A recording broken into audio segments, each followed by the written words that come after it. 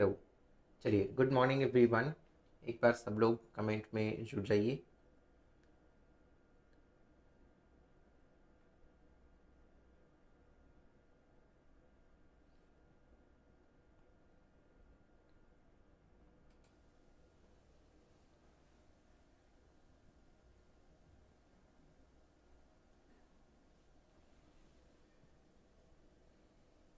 Good morning, good morning, good morning Rishu, good morning निशा।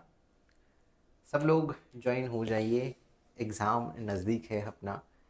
सो आप सभी का स्वागत है इस वन शॉट सीरीज़ में, जहाँ पर हम लोग आज के सेशन में ऑर्डिनरी डिफरेंशियल इक्वेशन इस टॉपिक को रिवाइज करने वाले हैं। रिवाइजन इन द सेंस, हर एक टॉपिक के ऊपर हम लोग एक दो क्वेश्चंस करेंगे और उनसे रिलेटेड रिजल्ट या उस टाइम उसको हम लोग रिकॉल कर लेंगे। ठीक है।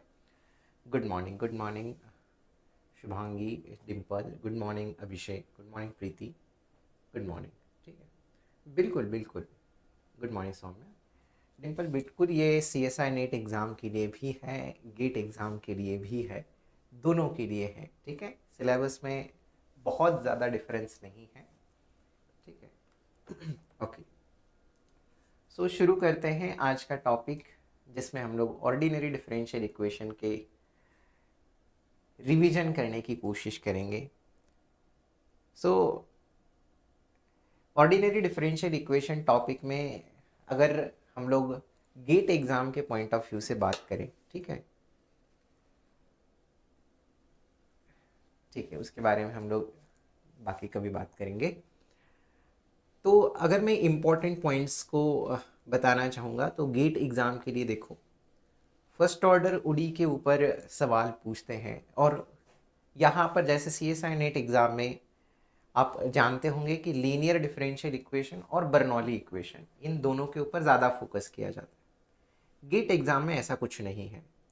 First order ordinary differential equation के सारे मेथड्स के ऊपर सवाल पूछे गए हैं, तो ये सब अपने लिए इम्पॉर्टेंट है। इवन उसमें आप एक और टॉपिक ऐड कर दीजिए, ऑर्थोगोनल ट्रेजेक्टरीज के ऊपर भी एक दो बार सवाल पूछा है गेट एग्ज़ाम में। फिर उसके बाद अगर सेकंड ऑर्डर उडी की बात करें तो वहाँ पर भी आपको फोकस करना है, वो जो हम लोग C S I NET exam में करते हैं उस प्रकार के ऊपर। और लास्ट में एक टॉपिक यहाँ पर एक्स्ट्रा ऐड करना है हमें C S I NET exams के अलावा, वो है power series solution. Power series solution के ऊपर भी सवाल पूछते हैं गेट एग्ज़ाम के लिए।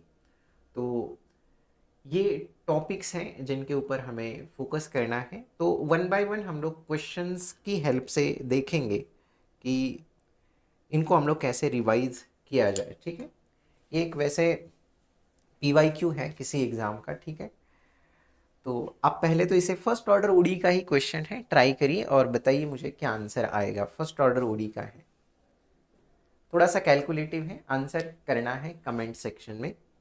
For some real number C, for with c between 0 and 1, let phi is a function from interval 1 minus c to 1 plus c to 0 to infinity. ठीक है, be a differentiable function such that phi of 1 equal to 1 है, y equal to phi of x solution है differential equation का, जो कि अपने पास दिया हुआ है। Good morning, good morning, good morning Priyanka, good morning Raju, Sadhana, good morning Naina. So differential equation अपने पास x square plus Y square into D x minus 4xy into D y is equal to 0 है। तो इस डिफरेंशियल इक्वेशन का हमें solution निकालना है। तो कोशिश करिए और बताइए क्या आएगा इसका आंसर। ठीक है,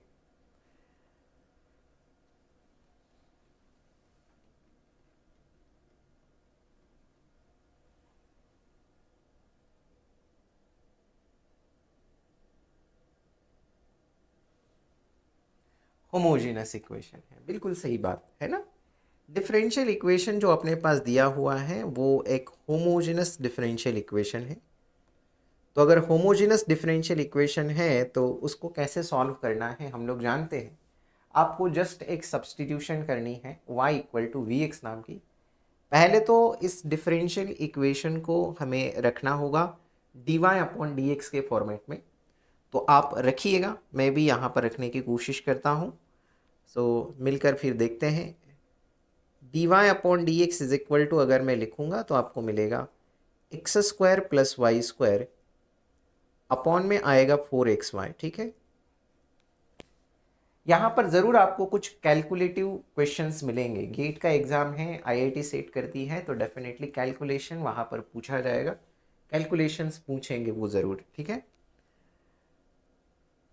सो पुट करेंगे y is equal to V X, तो फिर इसके बाद dy अपॉन डी एक्स के लिए हमें क्या मिलता है, v into derivative of x plus x into derivative of v।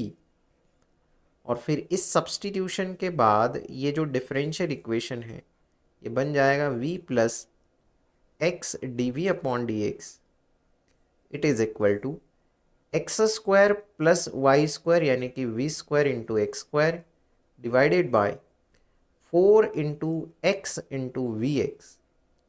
तो अब हमें क्या मिलेगा, v plus X into D V upon D X, it is equal to X square numerator से और डिनोमिनेटर से कैंसिल आउट कर लो, तो अपने पास न्यूमरेटर में बचेगा 1 प्लस वी स्क्वायर, डिनोमिनेटर में बचेगा 4v। ठीक है, तो फिर इस v को यहाँ पर शिफ्ट कर दो, तो फिर अपने पास x into D V upon D X, it is equal to अपने पास 1 plus V square upon 4v minus v बन जाएगा। सो अपने पास यहाँ से क्या मिलेगा, x into D V upon D X, it is equal to, अब ये 1 plus V square minus 4v square यानी कि 1 minus 3v square divided bye अपने पास क्या बचेगा, 4v, है ना, 4v। तो जस्ट अब एक काम करिए, वेरिएबल सेपरेट कर लीजिए, 4v upon 1 minus 3v square into D V is equal to हो जाएगा 1 upon X into D X. दोनों तरफ इंटीग्रेट करोगे, दोनों तरफ इंटीग्रेट करोगे तो 4v upon 1 minus 3v square का इंटीग्रेशन करना है, तो 1 माइनस 3v स्क्वायर के लिए कुछ रखिए, u रख लेते हैं, तो minus 6 into V D V is equal to हो जाएगा डी यू।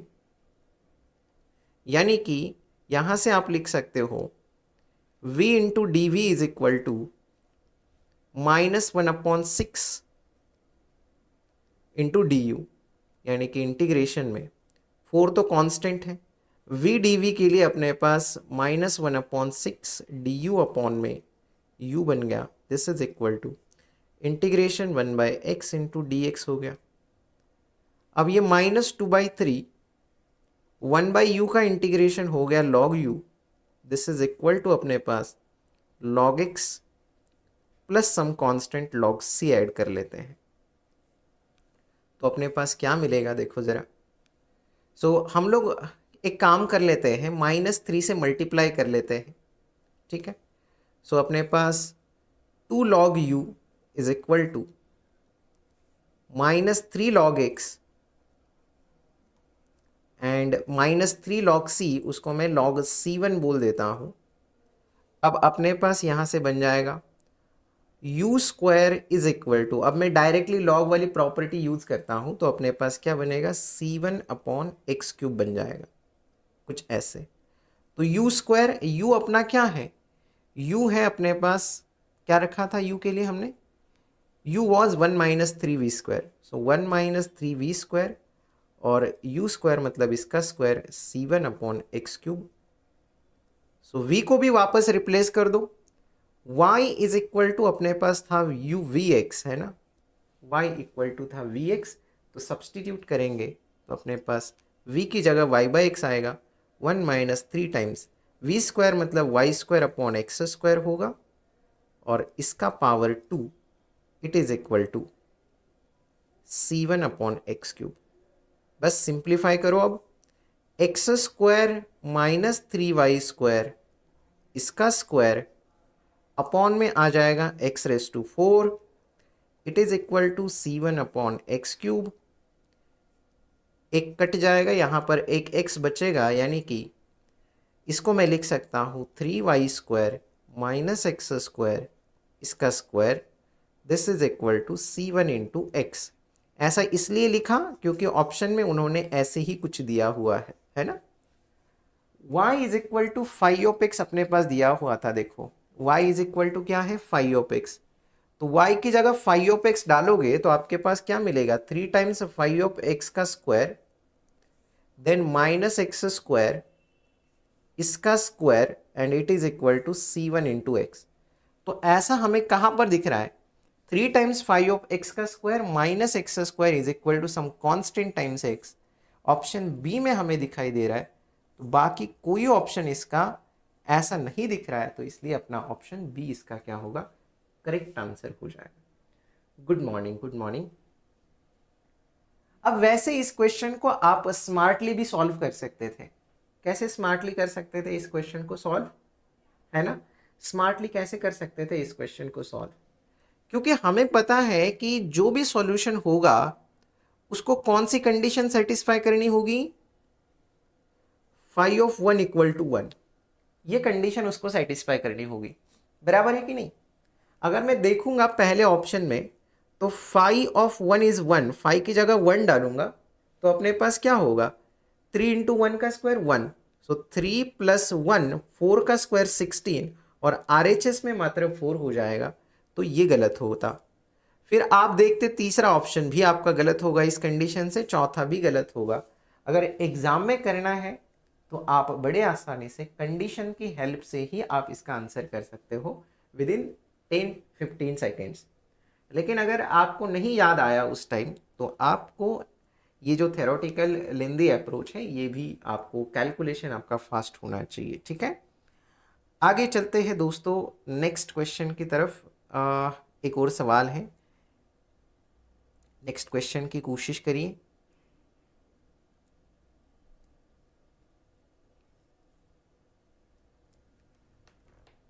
चल, let y is a function from interval under root of 2/3 comma infinity to r be the solution of 2x minus y into y dash is equal to plus 2y minus x है is equal to 0 है, and y of 1 equal to 3 है, then y dash is bounded on 1 to infinity, y dash is bounded on under root of 2/3 comma 1, y of 3 is 1, y of 2 is 4 plus under root of 10।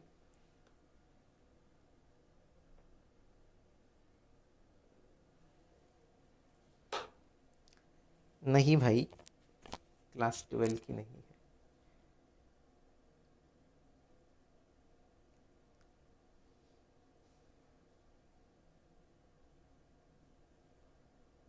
चलो try करो इस question को।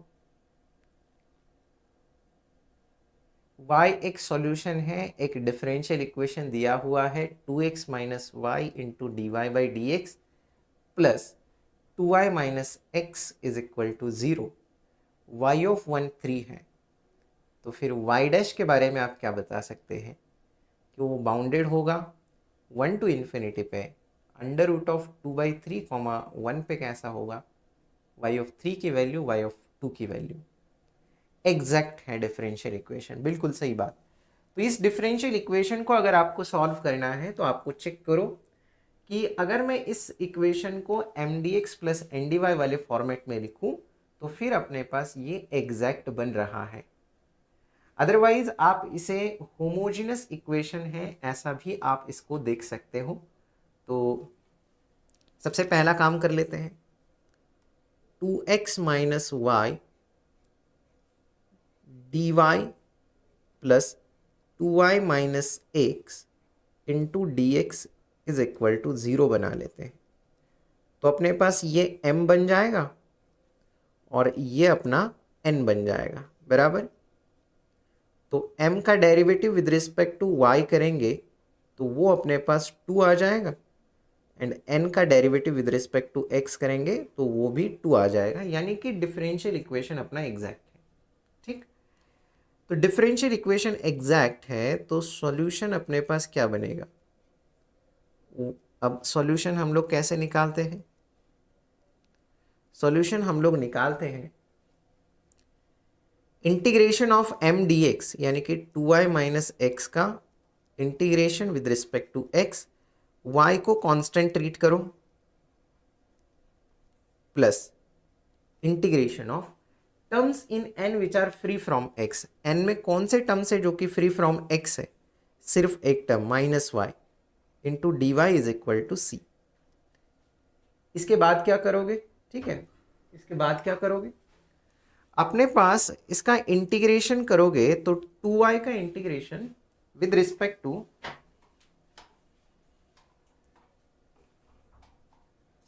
2y का integration with respect to x करोगे तो twice of x y बनेगा, minus x का integration x square upon 2 minus y का integration y square upon 2 is equal to C हो जाए। चाहे तो आप इसे -2 से मल्टीप्लाई कर सकते हो, तो आपको x square plus Y square minus 4xy is equal to हो जाएगा कुछ कांस्टेंट c1 बोल देते हैं, है ना, कुछ कांस्टेंट c1 बोल देते हैं। इसके बाद क्या होगा? जस्ट कंडीशन का यूज करो, y of 1 equal to 3, y of 1 equal to 3, तो x की जगह 1 और y की जगह हम लोग रखेंगे 3। सो अपने पास x की जगह 1 रखेंगे तो 1 प्लस, अब मैं पीछे लिख लेता हूँ, 1 प्लस अपने पास क्या हो गया? यहाँ पर y की जगह क्या रखना है? 3, 3 का स्क्वायर हो गया 9, माइनस अपने पास क्या आ गया? 4x इंटू वाई, यानी कि 4 इंटू 3 हो गया 12। दिस इज इक्वल टू अपने पास क्या बनेगा? c1। तो c1 की वैल्यू जो है वो अपने पास बनेगी -2, यानी कि जो सॉल्यूशन अपने पास आया है that is x square plus Y square minus 4xy and then यहां पर अपने पास क्या बना है? -2। कुछ ऐसे सॉल्यूशन अपने पास आया है। फिर इसके बाद यहाँ पर अपने को क्या करना है कि y डैश के बारे में बात करनी है और y की वैल्यू भी हमें अलग अलग पॉइंट्स पे निकालनी है। एक बार 2 पे निकालनी है, एक बार 3 पे निकालनी है। तो पहले तो y को इन टर्म्स ऑफ x लिखना ज़रूरी है। तो y को इन टर्म्स ऑफ x लिखेंगे तो अपने पास क्या बनेगा? सो y को इन टर्म्स ऑफ x लिखने के लिए मैं इसको थोड़ा सा एडजस्ट कर लेता हूँ, वाई स्क्वायर माइनस 4xy। अब मैं इसको एक काम कर लेता हूँ, प्लस 4x स्क्वायर कर लेता हूँ और इस -3x स्क्वायर कर लेता हूँ। दिस इज इक्वल टू -2, यानी कि मैं इस x स्क्वायर को मैं ऐसे लिखा 4x square minus 3x square. लेकिन इसका फ़ायदा क्या हुआ? इसका फ़ायदा हमें क्या मिला कि अब y square minus 4xy plus 4x square, इसको मैं कह सकता हूँ it is a square of y minus 2x, and इस -3x स्क्वायर को यहाँ भेज देंगे तो अपने पास 3x स्क्वायर माइनस 2 हो जाएगा।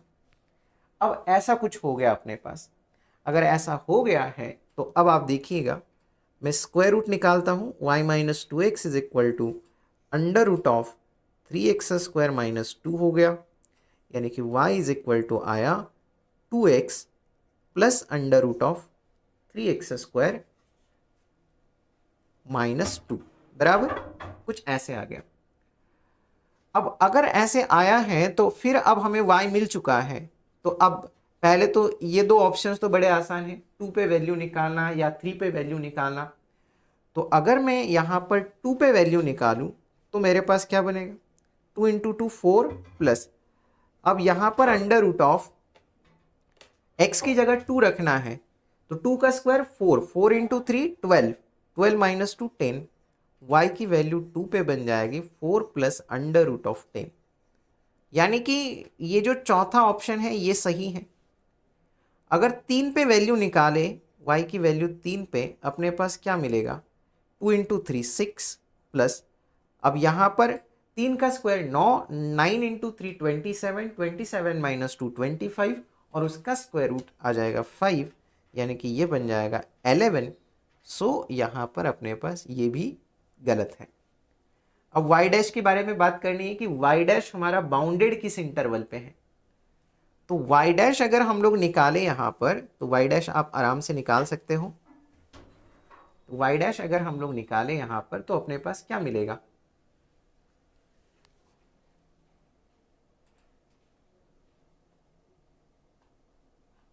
y डैश अगर निकालेंगे तो अपने पास क्या मिलेगा, y डैश मिल जाएगा y dash of x it is equal to, अगर y डैश हम लोग निकालेंगे तो 2x का बन जाएगा 2 प्लस, अब रूट एक्स का 1/2 रूट एक्स यानी कि 1/2 times under root of 3x square minus 2 और into derivative of 3x square minus 2 अपने पास हो जाएगा 6x यानी कि 2 plus 3x upon square root of 3x square minus 2,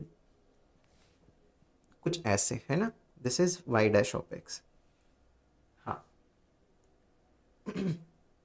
हाँ, उसके ऊपर बात करते हैं सोनू, जस्ट मिनट मुझे दे दीजिए, पहले इसको खत्म कर देते हैं फिर उसके ऊपर भी आएंगे हम लोग। हाँ, अब y डैश, ठीक है, आते हैं उसके ऊपर ब्रिजेश। अब यहां पर अगर हम लोग y dash is bounded on interval 1 to infinity और अंडर रूट ऑफ 2/3 कॉमा 1 इस इंटरवल पे अगर बात करें तो हम लोग देखते हैं जरा, देखो ये फंक्शन है y डैश। अब आप खुद सोचकर देखिए कि जहां पर डिनोमिनेटर 0 बनेगा वहां पर प्रॉब्लमेटिक चीज है। तो अगर एक्स स्क्वायर की वैल्यू 3x स्क्वायर की वैल्यू अगर 2 आती है तो फिर डिनोमिनेटर 0 हो रहा है। तो अगर 3x स्क्वायर माइनस 2 अगर 0 होगा तो प्रॉब्लम होगा, यानी कि x square x is equal to मैं लिख सकता हूं अंडर रूट ऑफ 2/3, यानी कि x की वैल्यू अगर अंडर रूट ऑफ 2/3 है ना तो y डैश को प्रॉब्लम है। अब मैं directly x equal to under root of 2/3 यहां पर रख नहीं सकता, लेकिन अगर मैं इंटरवल की बात करूं अंडर रूट ऑफ 2/3 कॉमा 1, तो अगर मैं लिमिट निकालूं y डैश का as x tends to under root of 2/3 plus, यानी कि अंडर रूट ऑफ 2/3 कहां पर है, मान लेते हैं यहां पर है अंडर रूट ऑफ 2/3। तो अगर अंडर रूट ऑफ 2/3 की तरफ में जाने की कोशिश करूंगा तो फिर अपने पास क्या होगा, अब देखो जरा राइट साइड से अप्रोच कर सकता हूं, तो इसका लिमिट निकालेंगे, 2 तो कांस्टेंट रहेगा, 3 into under root of 2/3 numerator constant है, फाइनाइट, लेकिन डिनोमिनेटर अब 0 बनने जा रहा है। तो डिनोमिनेटर अगर 0 बनने जाएगा तो ये इन्फिनिटी बन जाएगा, यानी कि y dash is bounded on under root of 2/3, ये बात गलत हो जाएगी, यानी कि ये बात गलत, सॉरी ये हमारे पास ये बाउंडेड है, ये गलत हो जाएगा, है ना, ये गलत हो जाएगा। अब बात आती है पहले ऑप्शन की, 1 to infinity पे क्या होगा, 1 to infinity पे क्या होगा, 1 to infinity पे अगर बात करें तो अब आप देखो ये जो y डैश आया है, अगर मैं x को बिलोंग करूं 1 to infinity पे, 1 to infinity पे, ठीक है, अब 1 to infinity पे बात करें तो अब इसको 1 to infinity पे डिनोमिनेटर में कहीं प्रॉब्लम है क्या, नहीं, डिनोमिनेटर में प्रॉब्लम सिर्फ एक पॉइंट पे है, कहां पर, अंडर रूट ऑफ 2/3 पे, यहां पर प्रॉब्लम है ना। अब ये गड़बड़ हो गया, ठीक है, अंडर रूट ऑफ 2/3 पे प्रॉब्लम है हमें, लेकिन बाकी किसी जगह पर इसको कोई प्रॉब्लम नहीं है, डिनोमिनेटर अच्छा बिहेव कर रहा है, सिर्फ अंडर रूट ऑफ 2/3 पे 0 बन रहा है। तो फिर 1 to infinity पे अगर हम लोग बातचीत करें तो फिर डिनोमिनेटर अच्छा है, न्यूमरेटर अच्छा है, कोई प्रॉब्लम नहीं है।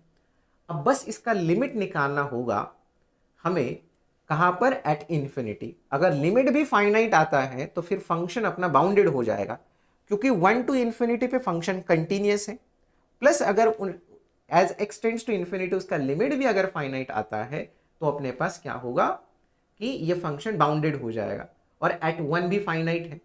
तो हम लोग क्या कर सकते हैं, अब सिंपली आप देखिएगा, अगर मैं लिमिट निकालूं y डैश का as x tends to infinity तो हमारे पास क्या बनेगा, 2 का तो 2 रहेगा, इसका limit as x tends to infinity करना है ना, तो मैं डिनोमिनेटर से एक काम कर लेता हूं, एक्स स्क्वायर को स्क्वायर रूट से बाहर खींचता हूं तो अपने पास, या 3x स्क्वायर को बाहर खींचो, सो अपने पास, या चलो x को ही बाहर खींचो, x को बाहर खींचेंगे तो अंडर रूट ऑफ बचेगा 3 माइनस 2/x²। अब x को x हटा दो तो लिमिट निकालेंगे as x tends to infinity, तो 2 plus as x tends to infinity 2/x² होगा 0, और 2/x² 0, तो 3/√3 हो जाएगा, यानी कि ये बन जाएगा 2 + √3। तो ये फाइनाइट आ रहा है और 1 पे भी फाइनाइट आएगा। अगर आप 1 पे देखोगे तो 1 पे तो कोई प्रॉब्लम ही नहीं है, 2 + 3/1 हो जाएगा, यानी कि अपने पास वो भी फाइनाइट है, यानी कि हमारा y' बाउंडेड है इस इंटरवल पे, ये बात सही हो जाएगी। ठीक है। अब कुछ लोग बोल रहे थे कि यहां पर माइनस साइन क्यों नहीं ली। अब माइनस साइन यहां पर अगर मैं ले लेता तो फिर अपने पास यहां पर थोड़ी देर के लिए डाल दो माइनस साइन, तो फिर अपनी ये वाली जो कंडीशन है y(1 = 3) ये फेल हो जाती, इसलिए मैंने वो माइनस वाली कंडीशन नहीं रखी है। समझ आ गई बात? ठीक है। हाँ, समझ आ गई। ठीक है। हाँ,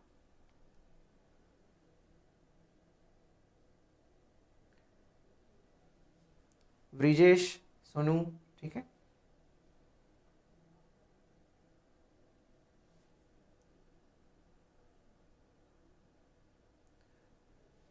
डायरेक्ट y और x दोनों रख रहे हैं, डायरेक्ट y और x दोनों रख रहे हैं। कैसे भाई, ऐसा नहीं ना होगा, एक बार चेक करो फिर से कैलकुलेशन। ठीक है। हाँ, नेक्स्ट आगे बढ़े हैं अपने अगले सवाल की तरफ। नेक्स्ट क्वेश्चन की बात करते हैं।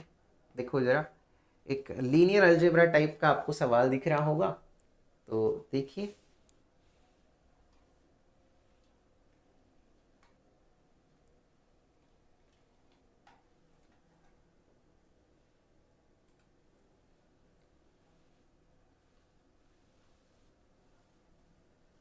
क्यों 3 नहीं रखी? कौन सी 3 नहीं रखी भाई? अरे यहां पर आप वैल्यू रखो ना डायरेक्टली, ये अपना सॉल्यूशन है ना। इसमें x की जगह आपको क्या रखना है? 3 रखो। 3 रखने पर क्या होगा? 6 प्लस अंडर रूट ऑफ 3 का स्क्वायर 9, 9 इंटू 3 27, 27 माइनस 2 25, उसका स्क्वायर रूट, तो 6 + 5 11 आ जाएगा ना, है ना। तो ये कैसे आएगा? ये नहीं है, और माइनस तो रख ही नहीं सकते हम लोग। कौन सी?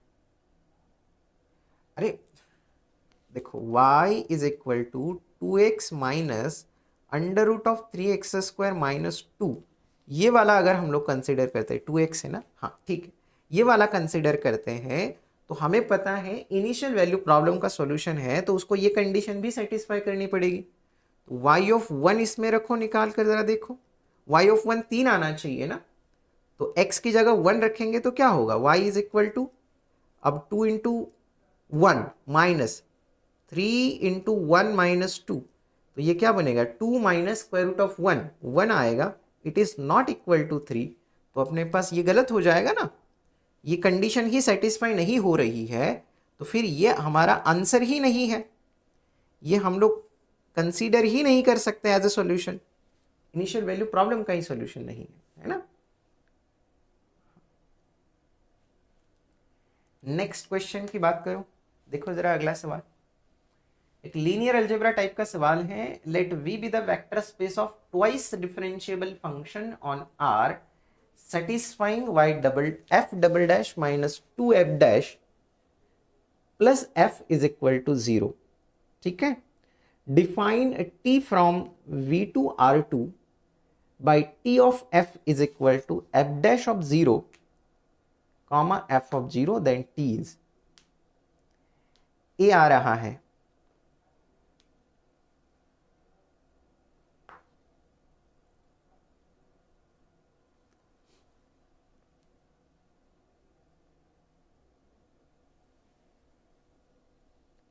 तब तो साधना अपने पास इम्प्लिसिट सॉल्यूशन है ना, तो फिर हम लोग कैसे, जब भी हमारे पास इम्प्लिसिट इक्वेशन आता है x और y में, तब तक हम लोग सॉल्यूशन की बात नहीं कर सकते जब हमारे पास y को इन टर्म्स ऑफ x हम लोग एक्सप्लिसिटली लिखे। ठीक है। अगर x square plus Y square equal to 1 solution है तो इसका मतलब ये नहीं अपने पास कि x square plus Y square equal to 1 ये फंक्शन है. This is not a function, it is a curve, right.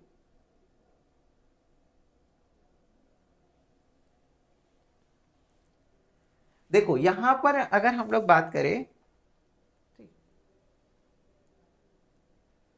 कहां पर देयरफॉर लिखा है,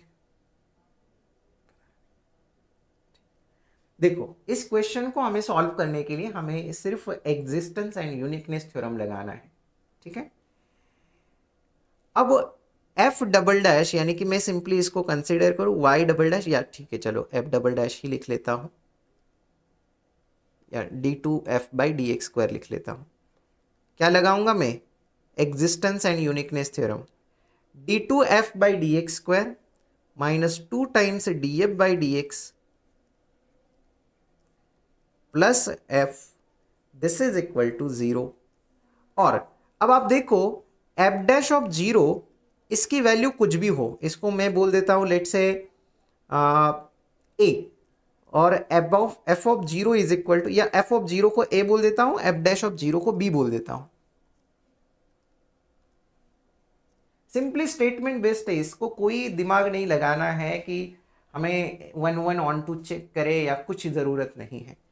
अब एग्जिस्टेंस एंड यूनिकनेस थ्योरम क्या कहता है कि अपने पास जो डिफरेंशियल इक्वेशन है, उस डिफरेंशियल इक्वेशन में जितने भी सारे कोएफिशिएंट फंक्शंस है, पहली बात तो वो सारे के सारे कोएफिशिएंट फंक्शंस कंटीन्यूअस फंक्शंस होने चाहिए किसी ना किसी इंटरवल पे जो पॉइंट एक्स नॉट कंटेन करता हो.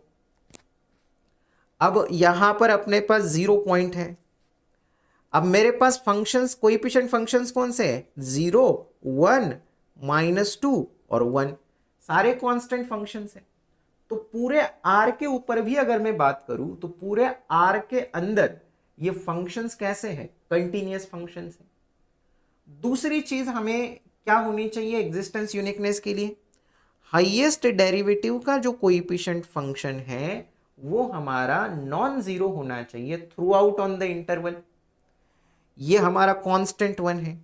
पूरे minus infinity two plus infinity इस इंटरवल पे वो कभी भी जीरो वैल्यू नहीं लेगा, हमेशा नॉन जीरो रहेगा. इसका मतलब अब एग्जिस्टेंस एंड यूनिकनेस थ्योरम क्या कहता है कि अब इस टाइप के जो भी इनिशियल वैल्यू प्रॉब्लम होंगे, चाहे जो मर्जी हो ए और बी की, तो इसके लिए अपने पास सॉल्यूशन एग्जिस्ट भी करेगा और यूनिक भी आएगा. और जैसे मेरे पास सॉल्यूशन एग्जिस्ट कर रहा है किसी भी ए और बी के लिए, तो ऑन टू हो गया, और सॉल्यूशन यूनिकली एग्जिस्ट कर रहा है, इसका मतलब 1 भी हो गया. यूनिक का मतलब बोलेगा 1, एग्जिस्टेंस का मतलब बोलेगा ऑन टू. क्या ये बात आपको समझ में आ गई?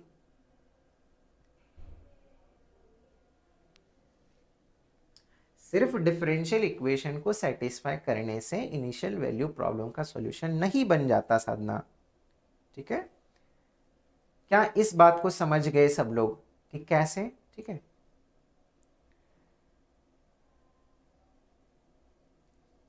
ठीक है, कि एग्जिस्टेंस यूनिकनेस, कि अपने पास हर एक ए और बी के लिए अपने पास सॉल्यूशन एग्जिस्ट करेगा, एग्जिस्टेंस थ्योरम, और फिर हर एक ए और बी के लिए यूनिकली एग्जिस्ट करेगा अपने पास 1.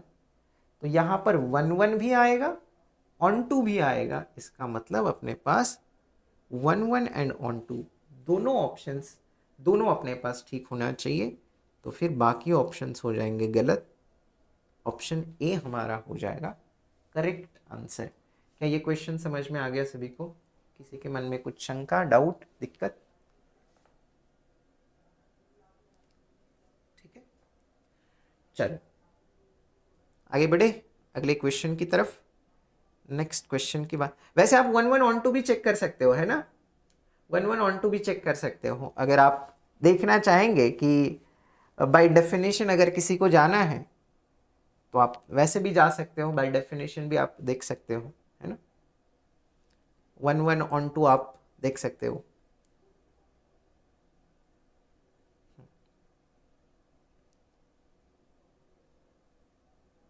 नेक्स्ट क्या रिपीट कर दूं, अब इसमें क्या है ऐसा कुछ खास? देखो ना, बस एग्जिस्टेंस एंड यूनिकनेस थ्योरम लगाना होता है अपने पास। देखो अगर इस प्रकार, आपको शायद स्टेटमेंट ठीक क्लियर नहीं है, a naught of x y double dash plus a one of x y dash plus a two of x into y is equal to, अगर अपने पास जी ऑफ एक्स है, इस प्रकार का कोई डिफरेंशियल इक्वेशन है, और अगर आपके पास वाई ऑफ, क्या बोल देते हैं, y of x not is equal to y not है, और y dash of x not is equal to अपने पास वाई वन है, तो एग्जिस्टेंस एंड यूनिकनेस थ्योरम क्या कहता है? एग्जिस्टेंस यूनिकनेस थ्योरम लगाने के लिए आपको सबसे पहली बात, डिफरेंशियल इक्वेशन में जितने भी सारे फंक्शंस हैं वो हमारे पास कंटिन्यूअस फंक्शंस होने चाहिए किसी ना किसी इंटरवल पे जो पॉइंट एक्स नॉट कंटेन करता हो एज ए इंटीरियर पॉइंट। तो यहां पर मेरे पास जीरो था, जीरो पे कंडीशन डिफाइन है, और सारे फंक्शंस कौन से हैं? कांस्टेंट फंक्शंस हैं, तो सारे कंटिन्यूअस हो गए पूरे आर के अंदर। दूसरी कंडीशन क्या कहती है थ्योरम की, कि अपने पास हाईएस्ट डेरिवेटिव का कोएफिशिएंट फंक्शन नॉन जीरो होना चाहिए through out on the interval. अब पूरे आर के अंदर कांस्टेंट वन फंक्शन है, कहां जीरो बनेगा? दूसरी कंडीशन भी सेटिस्फाई हो गई।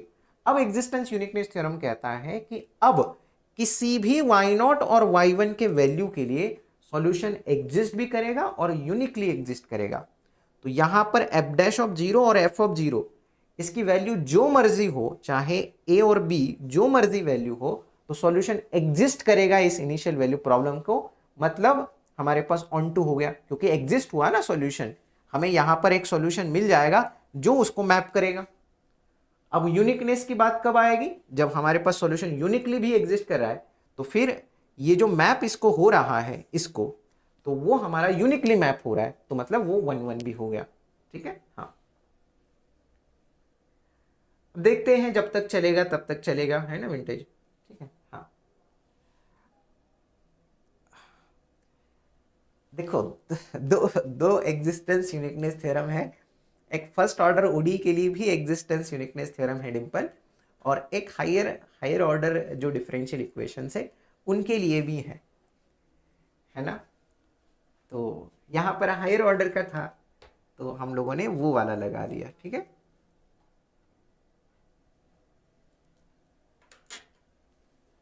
जिन्होंने लाइक नहीं किया है लाइक कर सकते हो आप सेशन को, है ना।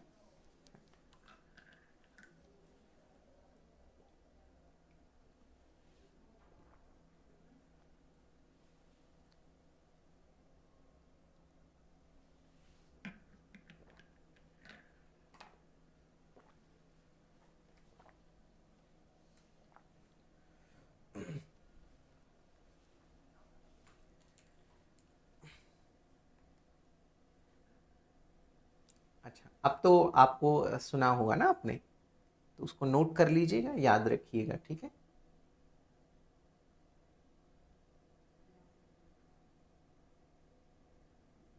नहीं सीएसआई नेट एग्जाम में ट्रेजेक्टरी नहीं है, ऑर्थोगोनल ट्रेजेक्टरी, लेकिन गेट के सिलेबस में है, गेट के अंदर सवाल भी पूछा है ना।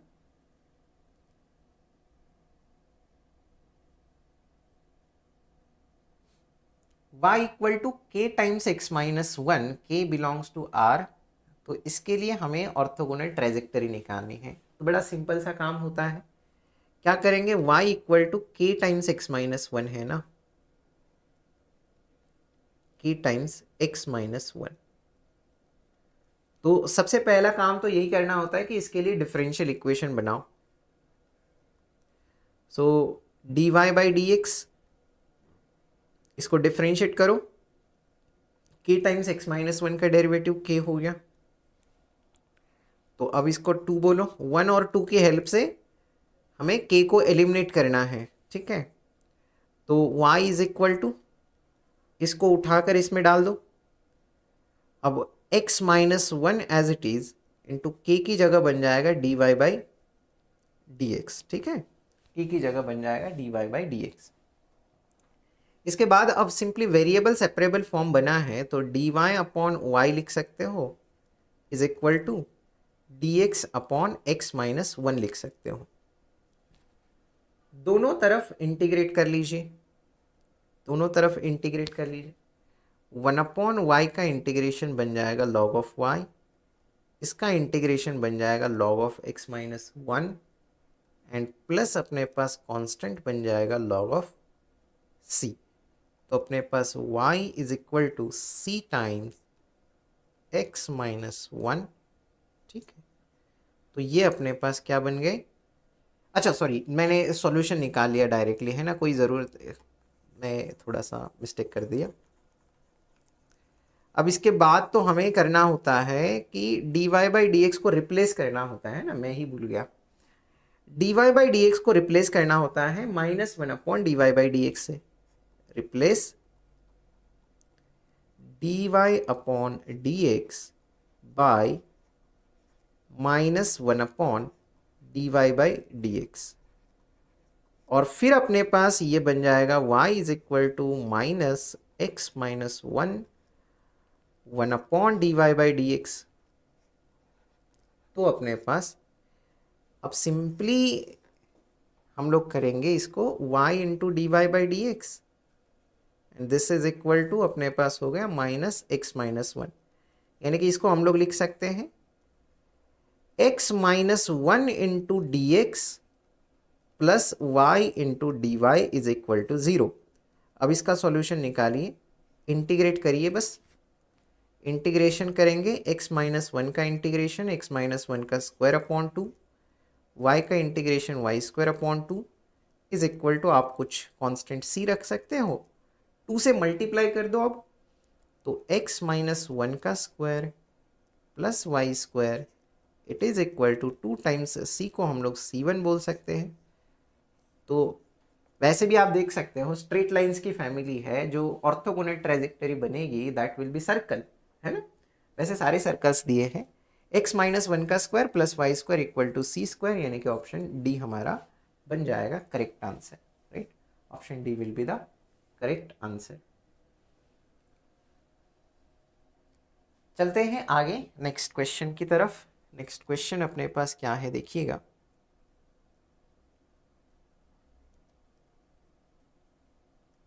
हाँ, next question, the initial value problem dy upon dx is equal to y raised to 2/3 and y of 0 equal to 0 in an interval x equal to 0 has no solution, unique solution, more than one solutions, infinite number of linearly independent solutions।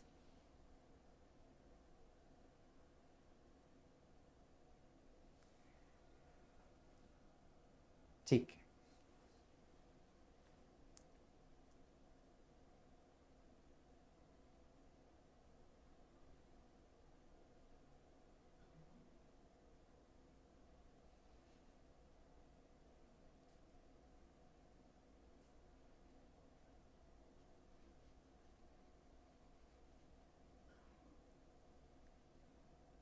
कैसे हम लोग बोलेंगे infinite number of solution से। हाँ Dimple, mathematics Rishu, कैसे बोलेंगे infinitely many solutions है।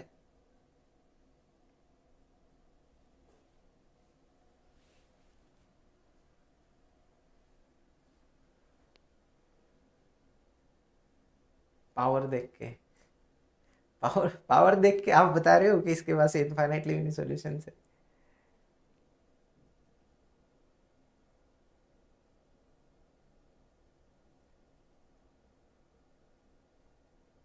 Zero और वन की, अच्छा ठीक है। हाँ, अब मैं थोड़ा सा क्वेश्चन में चेंज कर लेता हूँ डिम्पल, फिर बताना मुझे। हाँ, अब मैं y ऑफ 1 इक्वल टू 2 डाल देता हूँ। अब कितने होंगे बताओ।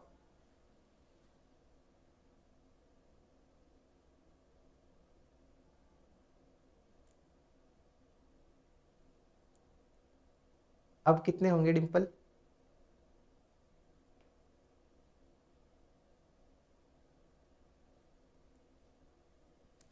और अगर ऐसा करूंगा तो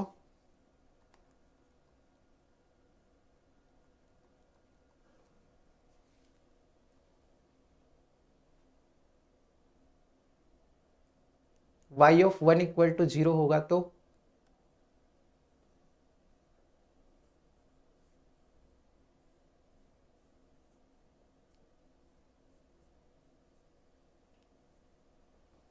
है ना। तो कितने सॉल्यूशंस होंगे ये दो दो चीज़ों के ऊपर डिपेंड करता है। फंक्शन के ऊपर भी डिपेंड करता है कि ये फंक्शन कैसा है। अच्छा, y ऑफ 1 इक्वल टू 0 होगा तो यूनिक आएगा। और इस कंडीशन के ऊपर भी डिपेंड करता है, x0 y0 जो पॉइंट है, इस पॉइंट के ऊपर भी डिपेंड करता है कि सॉल्यूशंस कितने होंगे। ठीक है, तो सिंपली यहाँ पर पावर आपको 0 to 1 के बीच में दिख रही है और इसलिए आप बोल रहे हो कि यहाँ पर अपने पास इनफाइनाइट सॉल्यूशंस होंगे, ये ठीक नहीं है।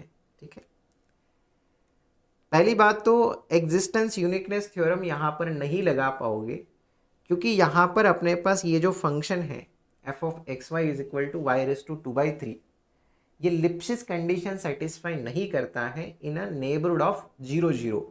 ठीक है, ये हमने प्रूव भी किया था, अगर नहीं देखा है तो आप प्रीवियस सेशंस में जाकर देख सकते हैं कि ये फंक्शन जो है y raise to 2/3 it is not satisfying Lipschitz condition with respect to y in a neighbourhood of 0 0। So अब आप एग्जिस्टेंस यूनिकनेस थ्योरम की हेल्प से यूनिक सॉल्यूशन है ऐसा नहीं बोल सकते। अब दोनों केसेस पॉसिबल है, अपने पास यूनिक सॉल्यूशन अब अपने पास कुछ भी हो सकता है। एग्जिस्टेंस यूनिकनेस थ्योरम फेल कर गया तो यूनिक भी हो सकता है, नो भी हो सकता है, इनफाइनेटली मेनी सॉल्यूशंस भी हो सकते हैं। ठीक है, फिर थोड़ा सा ऑब्जर्वेशन भी कर सकते हैं हम लोग वैसे, क्योंकि यहाँ पर अगर हम लोग बात करें y equal to identically 0 function इसका सॉल्यूशन बन जाता है, ये पहला ऑब्जर्वेशन हमें करना होता है ना, क्योंकि ये हमारा डिफरेंशियल इक्वेशन को सेटिस्फाई करता है। 0 का डेरिवेटिव 0, RHS में y इक्वल टू 0 तो LHS इक्वल टू RHS, और अपने पास y ऑफ 0 इक्वल टू 0 ये कंडीशन भी सेटिस्फाई हो जाती है। मतलब एक सॉल्यूशन तो आपको मिल गया। दूसरा सॉल्यूशन चाहे तो आप वेरिएबल सेपरेबल फॉर्म से निकाल सकते हो। dy upon y raise to 2/3 is equal to, अगर मैं dx करूँ और दोनों तरफ अगर मैं इंटीग्रेट करूँ तो y रेस टू -2/3 का इंटीग्रेशन क्या होगा, -2/3 प्लस 1, यानी कि ये बन जाएगा y raise to 1/3 into 3, this is equal to x plus C. और अगर मैं इस कंडीशन का यूज करूँ y ऑफ 0 इक्वल टू 0, तो अपने पास y की जगह 0, x की जगह 0, c बन जाएगा 0, यानी कि 3 times y raise to 1/3 is equal to x हो जाएगा। यानी कि हम लोग यहाँ से बोल पाएंगे कि y raise to 1/3 is equal to अपने पास x/3, यानी कि y इज इक्वल टू बन जाएगा x/3 का क्यूब, x/3 का क्यूब। तो अपने पास ये भी एक सॉल्यूशन है, यानी कि दो सॉल्यूशंस तो मिनिमम मिल जाते हैं हमें, दो सॉल्यूशंस तो मिनिमम है। तो नो सॉल्यूशन वाली बात खत्म हो गई, यूनिक सॉल्यूशन वाली बात खत्म हो गई, मोर देन वन सॉल्यूशन वाली बात सही हो गई। अब इनफाइनाइट है कि नहीं वो भी हमें देखना होगा, इनफाइनाइट सॉल्यूशंस है कि नहीं, लीनियरली इंडिपेंडेंट, ये भी हमें देखना है। ठीक है,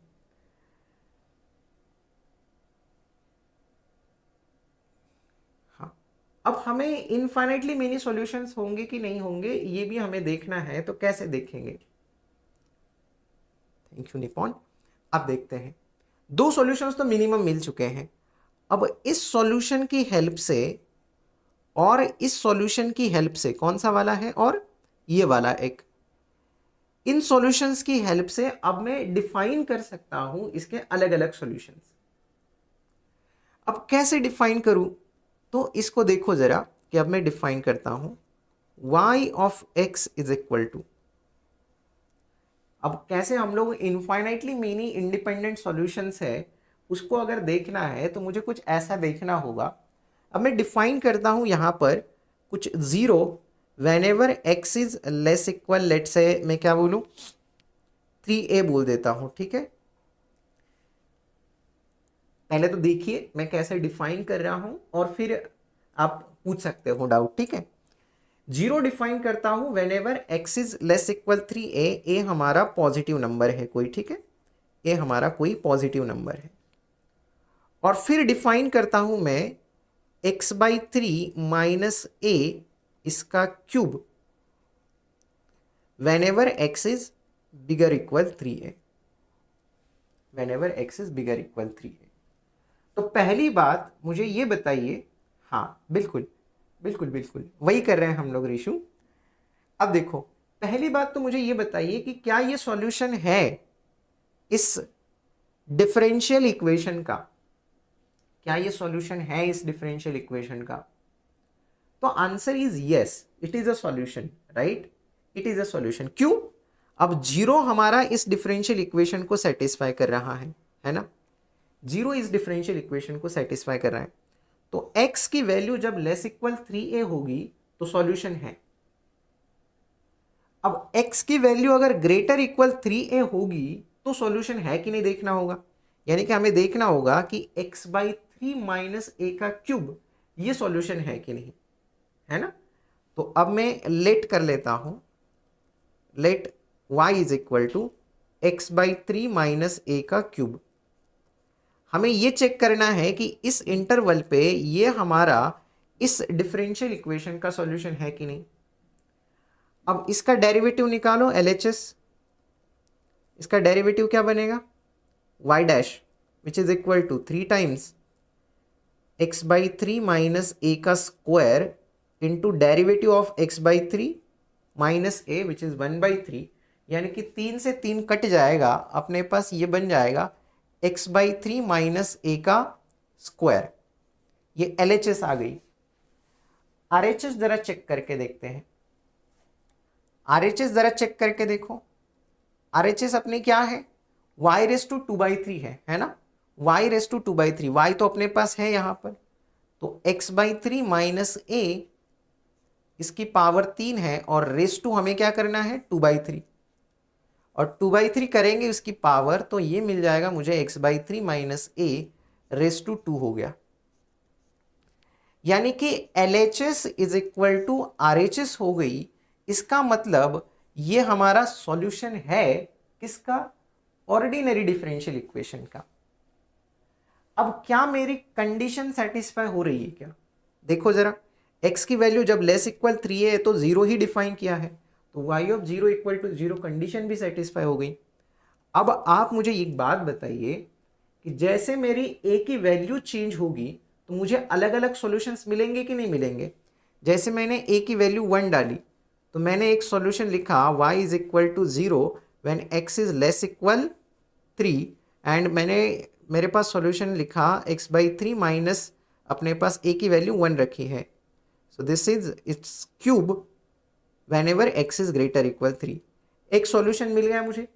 सिमिलरली a की वैल्यू चेंज करूंगा अगले टाइम मुझे अलग सॉल्यूशन मिलेगा, a की वैल्यू चेंज करूंगा अगले टाइम अलग सॉल्यूशन मिलेगा। और ये सारे के सारे सॉल्यूशंस कैसे हैं, डिस्टिंक्ट इंडिपेंडेंट सॉल्यूशंस है। तो अब अपने पास infinite number of independent solutions मिलेंगे, इसलिए अपना चौथा ऑप्शन भी सही है। तो इस क्वेश्चन का तीसरा और चौथा ऐसे दोनों ऑप्शंस करेक्ट ऑप्शंस हैं। अब मुझे बताइए कि क्या आपको ये समझ में आ गया, ठीक है।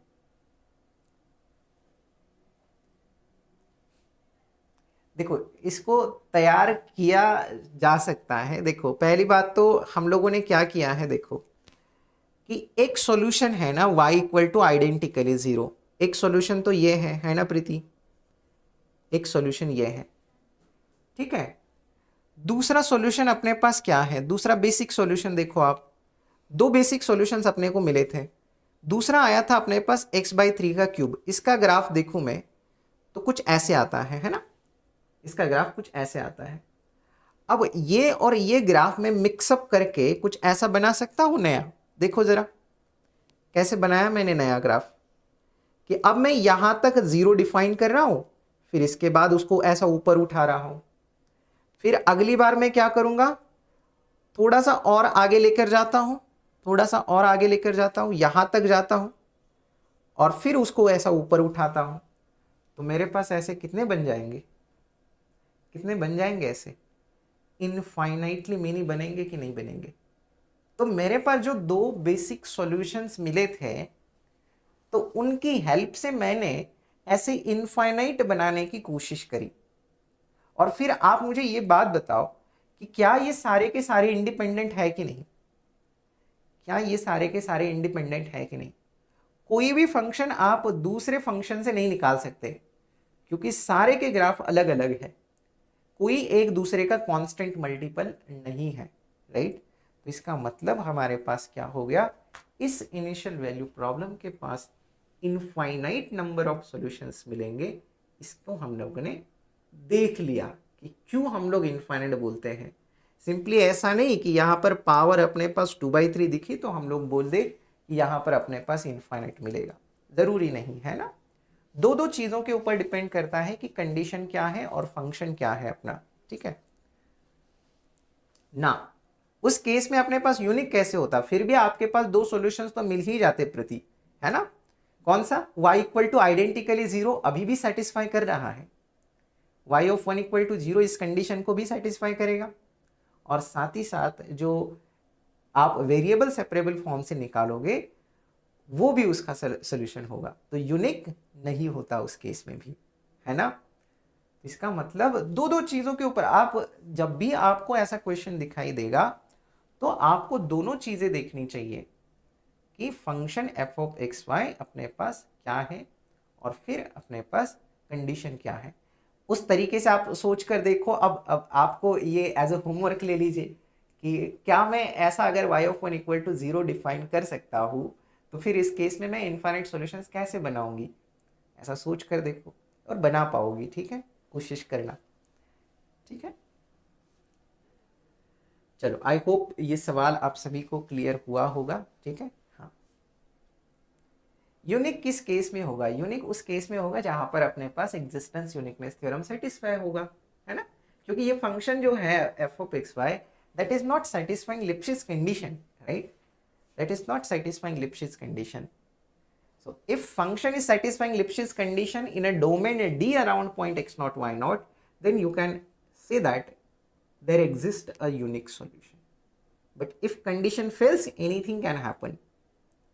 You can have unique solution, you can have infinitely many solutions, you can have no solution as well. Okay? So all these three cases are possible whenever we cannot apply existence uniqueness theorem. But when you can apply, then there will be definitely unique solution. Okay, निश्चय करके अपनी batch है जो कि अपनी शुरू हो चुकी है ऑलरेडी 20 जनवरी से। If you are interested definitely you can enroll in this batch, you are getting 30% off, ठीक है, 30% आपको ऑफ भी मिल रहा है। सो ifasonline.com इस वेबसाइट के ऊपर आपको विजिट करना है, वहां पर आप जाकर इस बैच में एनरोल कर सकते हैं। ये टारगेट करेगी जून 2025 का एग्जाम, नॉट दिस एग्जामिनेशन, ठीक है। हाँ, ठीक है।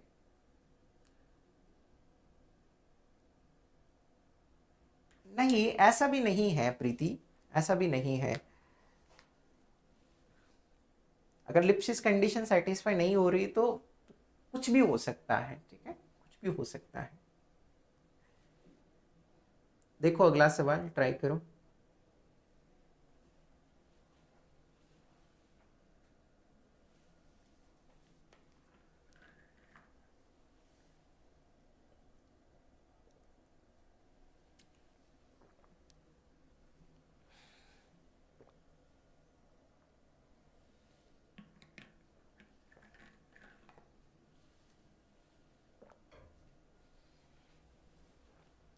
क्वेश्चन क्या कह रहा है, देखो, n nth order linear ordinary differential equation है, then which of the following is are true, ठीक है।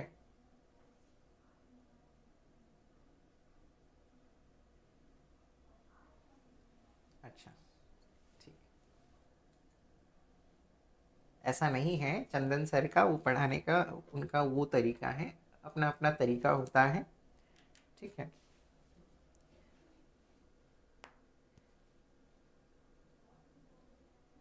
हो सकता है उनको ज़्यादा कैलकुलेशन अच्छा ना लगता हो, लेकिन बहुत अच्छा पढ़ाते हैं चंदन सर, ठीक है।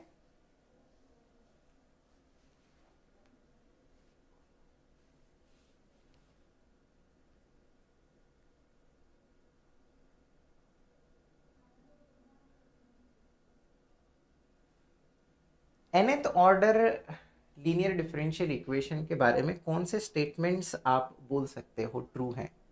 Has exactly n linearly independent solutions if it is homogeneous. ठीक है, नहीं ना, ठीक है। Has exactly n independent solutions if it is homogeneous. ठीक है, then has at most n linearly independent solutions, has less than n independent solutions, has more than n independent solutions if it is non-homogeneous.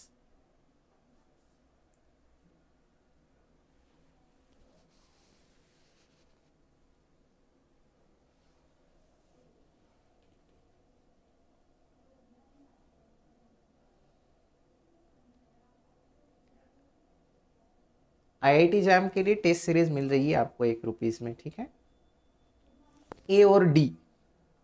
ठीक है, बिल्कुल सही बात है ना। अगर अपने पास कोई होमोजेनस लीनियर डिफरेंशियल इक्वेशन है ऑर्डर n का, तो उसके पास एग्जैक्टली n इंडिपेंडेंट सॉल्यूशंस होते हैं, अपने पास रिजल्ट है ना। So if the differential equation is homogeneous, then it has exactly n independent solutions and their linear combination becomes general solution of the given differential equation. So इसमें तो कोई proof करने की ज़रूरत नहीं है, आप सिंपली स्टेटमेंट याद रखिएगा कि अगर होमोजेनस लीनियर डिफरेंशियल इक्वेशन है तो अपने पास एग्जैक्टली n मिलते हैं। हाँ हाँ बिल्कुल। तो हैज़ एटमोस्ट n, ये बात गलत है लीनियर डिफरेंशियल इक्वेशन की। हैज़ लेस देन n, ये बात भी गलत है, क्योंकि आप सिंपली एक एग्जांपल लेकर देख सकते हो। फॉर एग्जांपल अगर मुझे देखना है कि d2y/dx² plus y is equal to 1 है, ये हमारा डिफरेंशियल इक्वेशन है, सिंपलेस्ट डिफरेंशियल इक्वेशन कंसिडर करते हैं। इसका अगर जनरल सॉल्यूशन हम लोग देखें ना, तो जनरल सॉल्यूशन हमें दिखाई देगा c1 cos x plus c2 sin x, और प्लस एक पर्टिकुलर सॉल्यूशन आप इसका देखो। पर्टिकुलर सॉल्यूशन अगर मैं इसका देखूंगा तो फिर y इक्वल टू कॉन्स्टेंट 1 मुझे दिख रहा है। ठीक है, तो y equal to c1 cos x plus c2 sin x plus 1, यह आपका जनरल सॉल्यूशन है इस डिफरेंशियल इक्वेशन का। अगर ये जनरल सॉल्यूशन है तो अब c1 और c2 आर्बिट्रेरी कांस्टेंट से अलग अलग वैल्यूज असाइन करो। c1 और c2 दोनों को अगर मैं 0 वैल्यू असाइन करूं तो एक सॉल्यूशन मुझे मिल जाएगा y1 which is constant 1। c1 की वैल्यू 0 और c2 की वैल्यू 1 डाल दूं तो मुझे दूसरा सॉल्यूशन मिल जाएगा y2 is equal to sine x plus 1। क्या अब ये और ये हमारे पास इंडिपेंडेंट है क्या? Answer is yes. तीसरा सॉल्यूशन मैं निकाल सकता हूं, c1 की वैल्यू 1, c2 की वैल्यू 0 डाल दूं तो मेरे पास y3 इज इक्वल टू बन जाएगा cos x प्लस 1। क्या मैं cos x प्लस 1 को इन दोनों की हेल्प से निकाल सकता हूं क्या? नहीं निकाल सकता। तो ये तीनों के तीनों कैसे हैं? लीनियरली इंडिपेंडेंट है, और ये डिफरेंशियल इक्वेशन के ऑर्डर कितनी है? 2।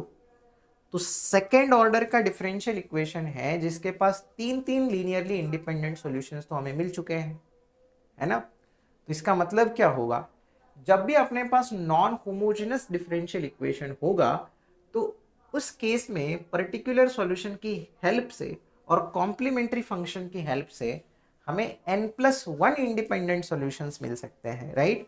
सो अपने पास मोर देन n, ये बात सही हो जाएगी, यानी कि आंसर इसका होगा पहला और चौथा ऑप्शन। समझ आ गई बात सभी को? होमोजेनस की केस में मात्र आपको सिर्फ एग्जैक्टली n मिलेंगे, ठीक है, वो रिजल्ट है अपने पास।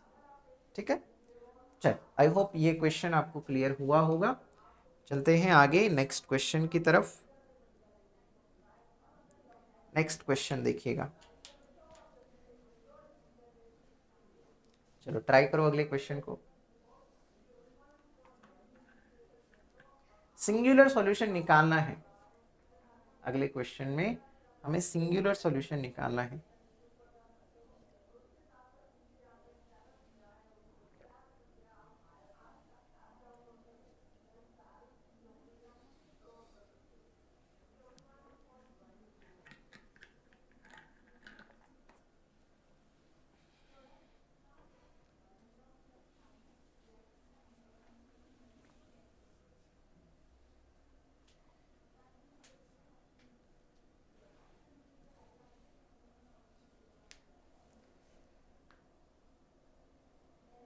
पी क्यूब, पी का मतलब d Y by D x है, p cube minus 4pxy plus 8y² is equal to 0 है।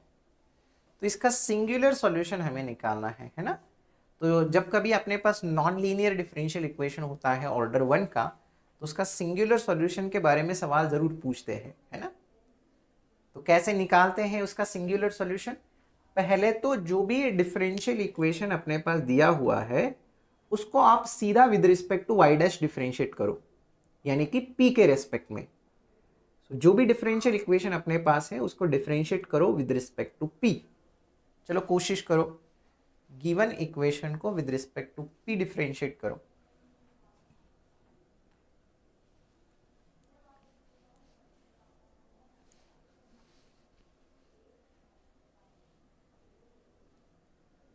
So p cube differentiating with respect to p,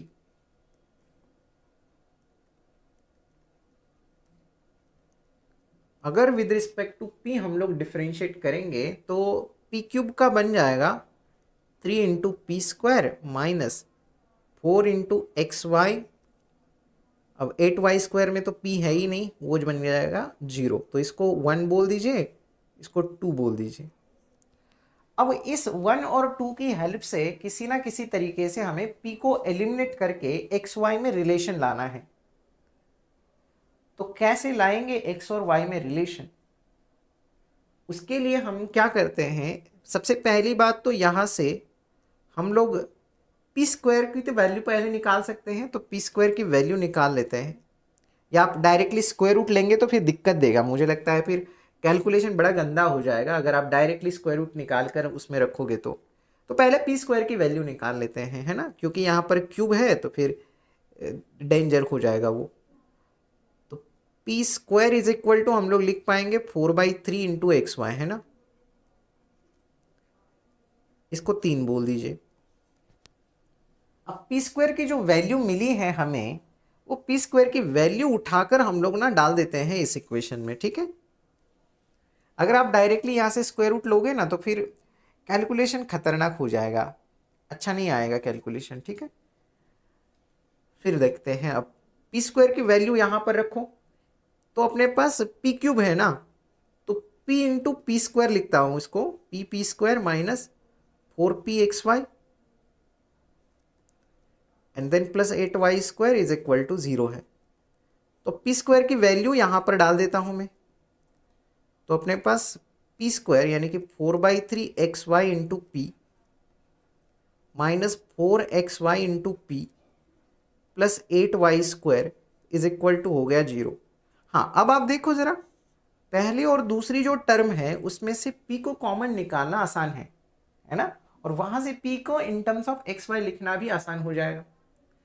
तो एक काम कर लेते हैं, तो p को कॉमन ले लेते हैं, या इनफैक्ट आप 4xy p को कॉमन ले सकते हैं, तो 1/3 माइनस 1 यानी कि 1/3 minus 1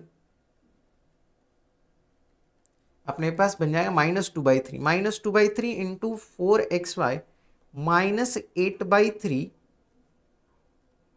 into p and plus 8y² is equal to हो जाएगा 0, है ना। हाँ,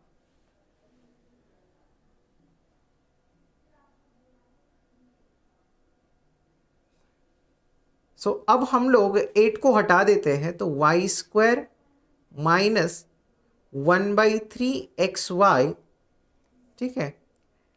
क्या हो गया, p की वैल्यू निकाल सकते हैं ना, यहाँ से p की वैल्यू निकाल सकते हैं, तो 8 को हटा दो, minus 1/3xy p plus y² is equal to 0 होगा, यानी कि p की वैल्यू जो है वो अपने पास क्या बनेगी,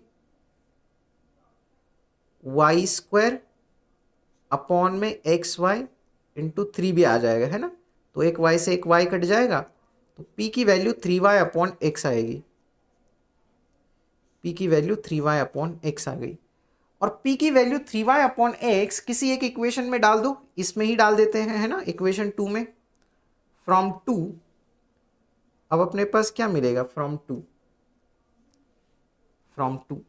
3p² minus 4xy equal to 0 है, तो 3 इंटू p² अपने पास क्या है, p² अपने पास निकाला था ना, 4/3xy है।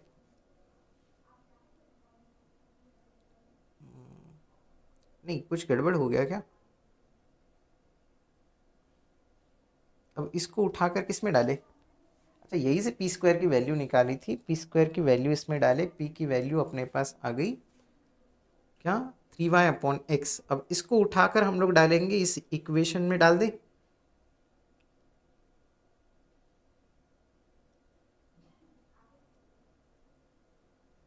ये इसमें डाल देते हैं ना, 3 में डाल देते हैं, 3 में डाल देते हैं। क्या मिलेगा अपने पास 3 में, क्या है, p² equal to 4/3xy। p² क्या बनेगा,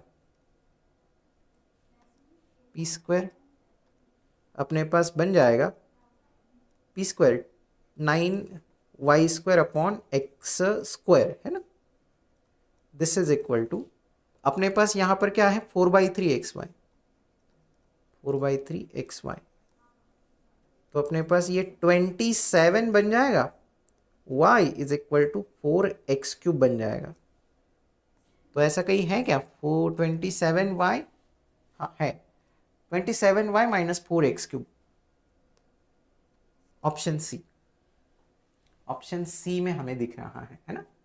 सो ऑप्शन 3 इसका क्या बन जाएगा, करेक्ट आंसर बन जाएगा। Option 3 will be the correct answer for the question. समझ आ गई बात, ठीक है, समझ आ गई बात, ठीक है। हाँ हाँ, बस अगर p में आपको नॉन लीनियर दिया हुआ है तो उसको डिफरेंशिएट करो विद रिस्पेक्ट टू p, और फिर जो भी जैसे हम लोग फॉर्मेशन करते हैं ना ODE का, जैसे आर्बिट्री कांस्टेंट एक है तो उसको एलिमिनेट कर, उसी प्रकार से आप p के रिस्पेक्ट में डिफरेंशिएट करो।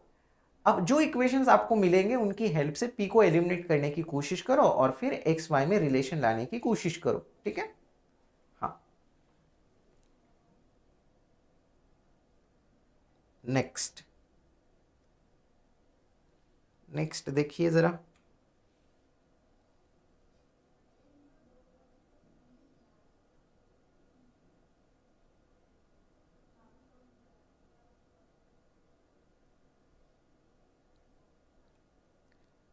let y1 is equal to x be a solution of the differential equation 1 minus x² into d2y by dx², ठीक है, minus 2x into D Y by D x plus 2y is equal to 0 है, then it's general solution.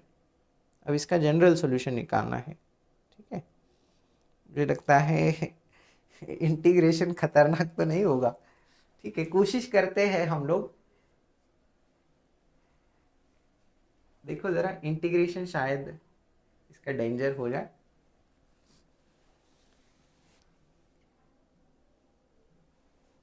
कैसे करोगे इसको, कैसे करोगे इसको,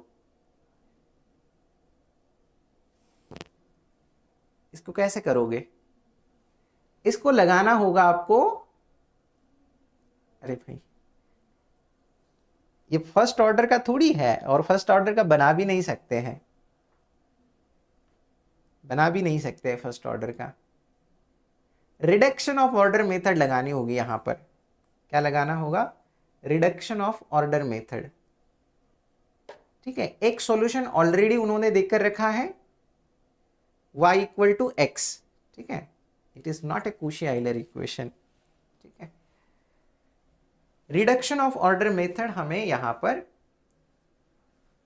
लगाना होगा, और रिडक्शन ऑफ ऑर्डर मेथड में एक सॉल्यूशन ऑलरेडी उन्होंने देकर रखा है। देखो, एक सॉल्यूशन ऑलरेडी उन्होंने देकर रखा है, तो y1 आपके पास क्या होगा, y1 of x is equal to x दिया हुआ है।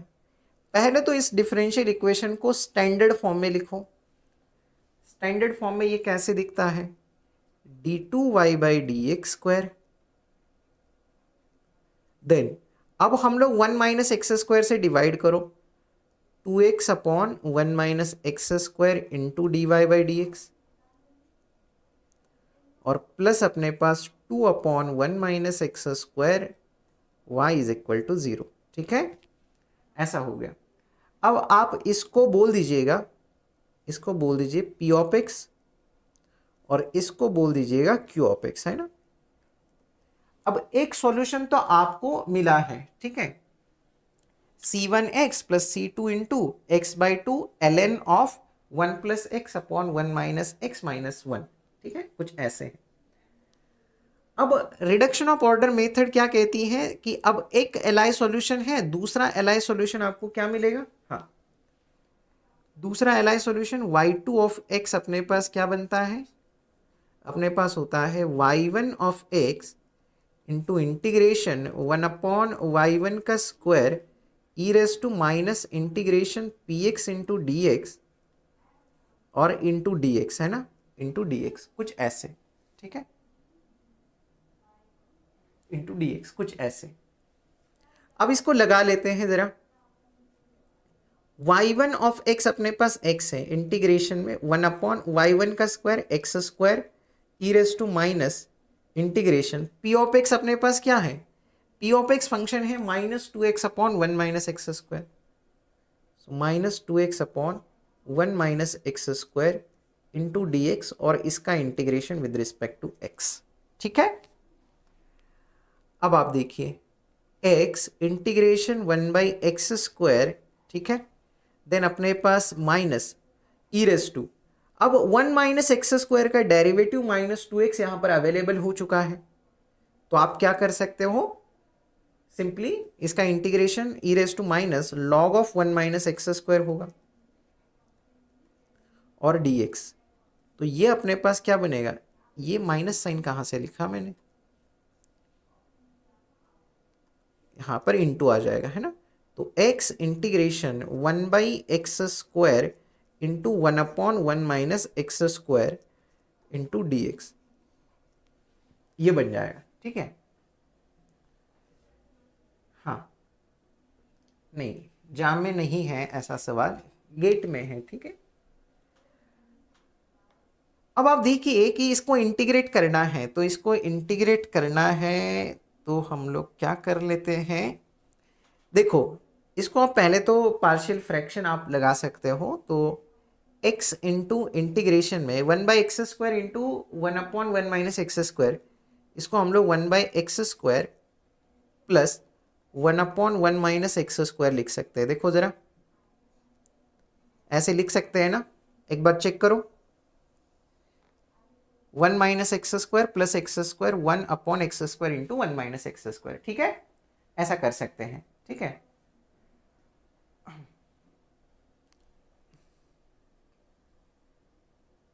अरे नहीं भाई, कांस्टेंट नहीं होता है, y1 होता है डिंपल,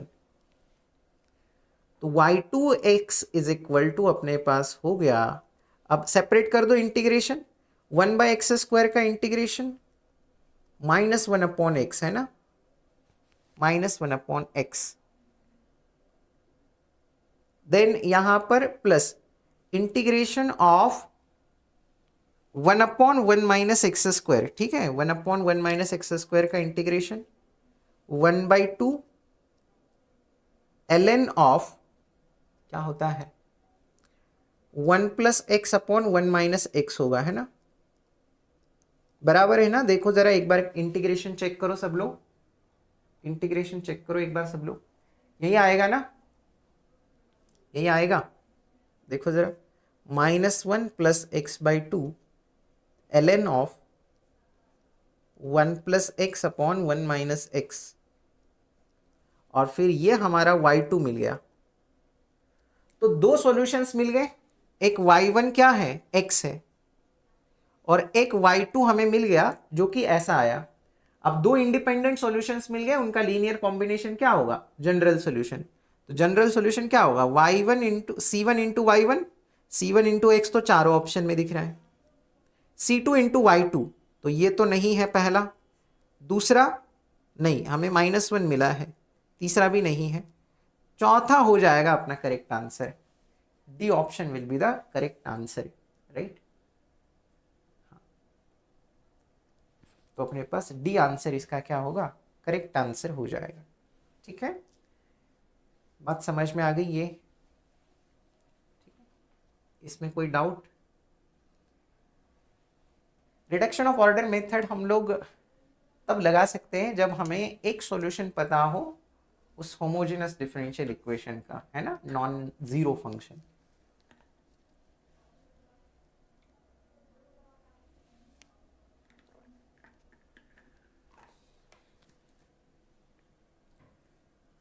चलो आगे बढ़े, नेक्स्ट क्वेश्चन की तरफ चलते हैं। नेक्स्ट क्वेश्चन की तरफ जाने से पहले आप सभी स्टूडेंट्स के लिए एक और इन्फॉर्मेशन पहले बता देता हूं कि जो लोग अभी गेट एग्ज़ाम दे रहे हैं, नेट एग्ज़ाम दे रहे हैं, तो आप सभी स्टूडेंट्स के लिए बहुत सारे प्रैक्टिस करने के लिए टेस्ट भी रखे गए हैं। सो आप इन टेस्ट को प्रैक्टिस कर सकते हो, IFS ऐप के अंदर जाकर आप दे सकते हो, फ्री है। चाहे आप IFS की जो वेबसाइट है ifsonline.com, उस वेबसाइट के ऊपर जाकर भी आप इन टेस्ट को दे सकते हो, क्योंकि मुझे लगता है कि गेट और नेट दोनों एग्जाम्स आप देने वाले होंगे, ठीक है। हाँ जाकर एक बार चेक करो ना, गेट के अंदर भी कई सारे टेस्ट हैं जो कि फ्री हैं, ठीक है, बस आपको जाकर देना है उनको, ठीक है।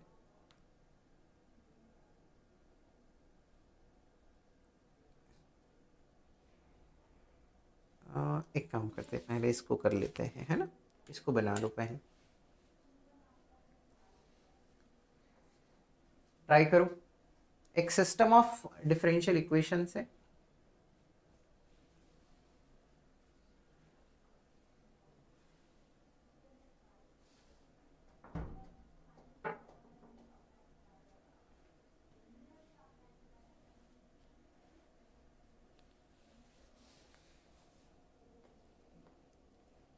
आपको क्या लगता है कब तक लेनी चाहिए क्लास, कब तक लेनी चाहिए क्लास?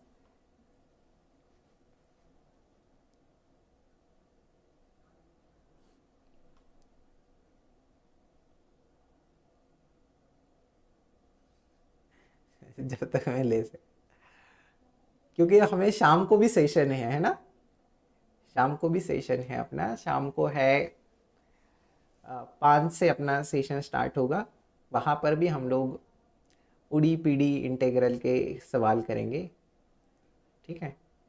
तो जो लोग CSIR नेट एग्ज़ाम को भी टारगेट, CSIR को तो ऑफकोर्स आप टारगेट कर रहे होंगे, तो उन सभी स्टूडेंट्स के लिए भी आपको, ठीक है, हाँ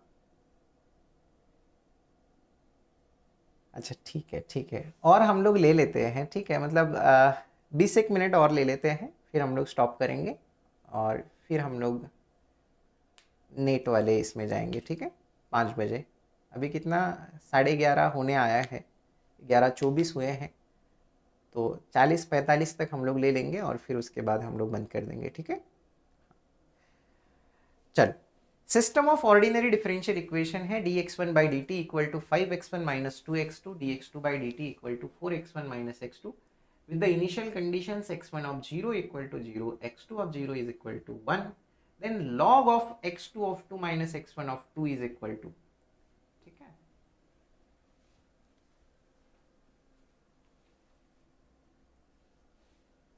चलो अब इसको थोड़ा सा शॉर्ट में कर लेते हैं, है ना, इसको थोड़ा सा शॉर्ट में कर लेते हैं। शॉर्ट में कैसे करेंगे इसको, शॉर्ट में कैसे करेंगे देखते हैं। शॉर्ट में हम लोग ऐसे कर सकते हैं इसको कि x2 of 2 minus x1 of 2 पूछा है ना, तो यहां से मैं थोड़ा सा ऐसा सोचता हूं कि क्या मैं x2 माइनस x1 को एक फंक्शन बोल देता हूं लेट, और देखता हूं ऐसा कुछ होता है क्या, y is equal to x2 minus x1 कर लेता हूं, ठीक है, x2 माइनस x1 कर लेता हूं। अगर मैं y is equal to x2 minus x1 कर लूं, तो फिर dy बाई डी टी अगर मैं निकाल लूं, तो मेरे पास हो जाएगा dy2 by D T, sorry dx2 by D T, dx2 by D T minus dx1 by D T, है ना, dx1 बाई डी टी, और इन दोनों का अगर सब्ट्रैक्शन करूं मैं, तो 4x1 माइनस 5x1 ये हो जाएगा minus x1, -x2 plus 2x2, ये प्लस x2 हो जाएगा, तो ये x2 माइनस x1 ही हो गया, यानी कि मुझे मिला dy upon d t is equal to x2 minus x1 is y। अब ये मेरे लिए बहुत आसान हो गया, है ना। अब ये मेरे लिए बहुत आसान हो गया क्योंकि एक फर्स्ट ऑर्डर का ODE मुझे मिल गया, है ना।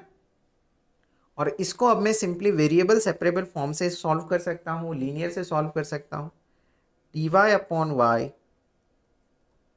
इज इक्वल टू हो जाएगा dt, इंटीग्रेट कर लीजिए दोनों तरफ, 1/y का इंटीग्रेशन log y, dt का हो जाएगा t प्लस कॉन्स्टेंट c, यानी कि y of t is equal to हो जाएगा e raise to t into e raise to C, को हम लोग बोल सकते हैं c1, कुछ ऐसे। अब यहाँ पर हमसे एक कंडीशन भी देकर रखी है, अब देखो उस कंडीशन का भी हम लोग यूज़ कर लेते हैं। x1 0 x2 0 पे वैल्यू दी है तो y ऑफ 0 निकाल लेंगे, तो x2 ऑफ 0 1 है, माइनस x1 ऑफ 0 0 है, ये बन गई 1, तो अपने पास y0 इज इक्वल टू 1 है, उसका यूज कर लेते हैं। हेलो वर्की, सो y की जगह 1, t की जगह 0, तो c1 की वैल्यू 1 हो गई, तो y ऑफ t हमारे पास आ गया e रेस टू t। तो हमें क्या निकालना है, x2 of 2 minus x1 of 2, तो y ऑफ 2 ही निकालना है, y ऑफ 2 बन गया e स्क्वायर, और y ऑफ 2 e स्क्वायर आ गया, तो अपने पास ठीक है। हाँ, तो अपने पास log निकालना है इसका, log to the base e of e square, ये बन जाएगा 2, है ना, आंसर विल बी 2।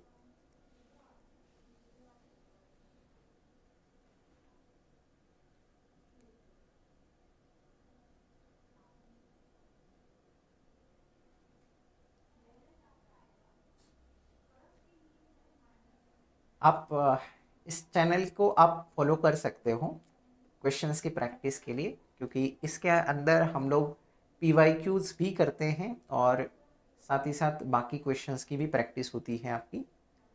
या तो फिर अगर आपको ईयर वाइज क्वेश्चन प्रैक्टिस भी करनी है PYQs की, तो भी आप इस चैनल के ऊपर प्लेलिस्ट में जाकर आप अलग अलग जस्ट सर्च करिए, तो आपको सारे PYQs के सॉल्यूशंस भी मिल जाएंगे, तो आप वैसे देख सकते हो। अब यूट्यूब के ऊपर भरा पड़ा है यार, देखो आप बहुत सारे PYQs के आंसर ऑलमोस्ट आपको सबके नहीं मिलेंगे, ऑलमोस्ट सबके मिल जाएंगे, ठीक है। सो क्योंकि कुछ कुछ क्वेश्चंस ऐसे होते हैं, बड़े खतरनाक होते हैं, ठीक है, उनको बहुत टाइम टेकिंग होते हैं, तो यूट्यूब पे नहीं कराए जाते उनको, तो आप ऐसे क्वेश्चंस को देख सकते हो, कहीं पर आपको उसका PDF में सॉल्यूशन मिल जाए। तो आप ज़्यादातर टॉपिक वाइज करें पहले, है ना, फर्स्ट ऑर्डर ODE के करें, फिर second order and so on, ऐसे कुछ आगे चल के। या इस चैनल के ऊपर आप फॉलो कर सकते हो, इस चैनल के ऊपर भी बहुत सारे क्वेश्चंस कराए जाते हैं, ठीक, आप उनको भी कर सकते हैं। देखिए अगला सवाल, which of the following is are eigen values of the Sturm Liouville problem. Eigen values निकालने हैं, सिंपल सा सवाल, बहुत सिंपल सा सवाल कह सकते हैं, है ना।